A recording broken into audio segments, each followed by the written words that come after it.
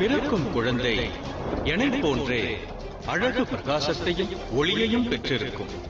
குழந்தையா? துர்வாசனான நான் சிசுவை ஈன்றெடுப்பேன். என்னை எண்ணி ஏன் மந்திரத்தை உச்சரித்தாய்? தவறிழைத்து விட்டேன் தேவனே. அத்தவறுக்கு தண்டனையையும் நீயே அனுபவிக்க வேண்டும். நீ குழந்தை பெறுவதை தடுக்க இயலாது. ரிஷி துர்வாசரின் வாக்கு ஒருபோதும் பொய்க்காது. அவர் வரத்தின் பலம் அப்படிப்பட்டது.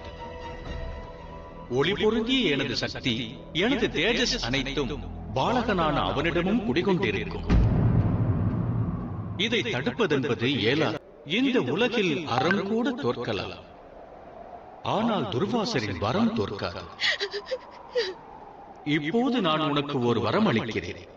இந்த சிசுவை நீ ஈன்ற பிறகு நீ கற்பனை மீண்டும் பெறுவாய். உனது வாழ்வு பவித்திரமாகும். மீண்டும் நீ கன்னியாவாய். நல்மனதோடு இவ்வரத்தினை நீ ஸ்வீகரிப்பாயாக.